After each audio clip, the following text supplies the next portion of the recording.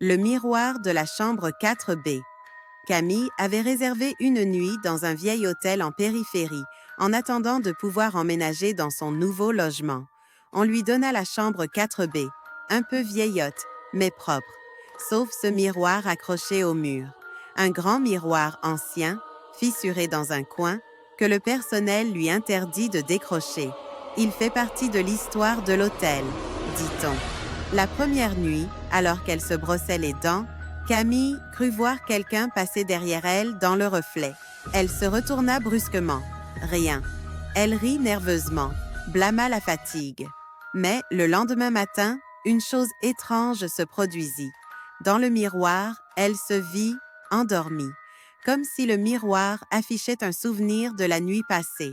Sauf qu'en regardant bien, quelqu'un était assis au bord de son lit, fixant son visage endormi. La nuit suivante, Camille installa son téléphone en mode vidéo, pointé vers le miroir. Le matin venu, elle visionna l'enregistrement. Pendant des heures, rien ne se passe. Jusqu'à 3h12. Une silhouette noire sort lentement du miroir. Elle s'approche de Camille, penche la tête, la regarde dormir, puis lève lentement la main et passe ses doigts à travers ses cheveux, avant de disparaître à nouveau dans le miroir.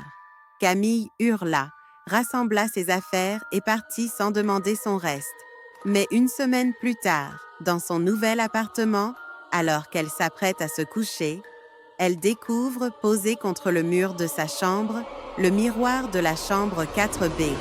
Avec une note manuscrite accrochée dessus, « Il fait maintenant partie de ton histoire. »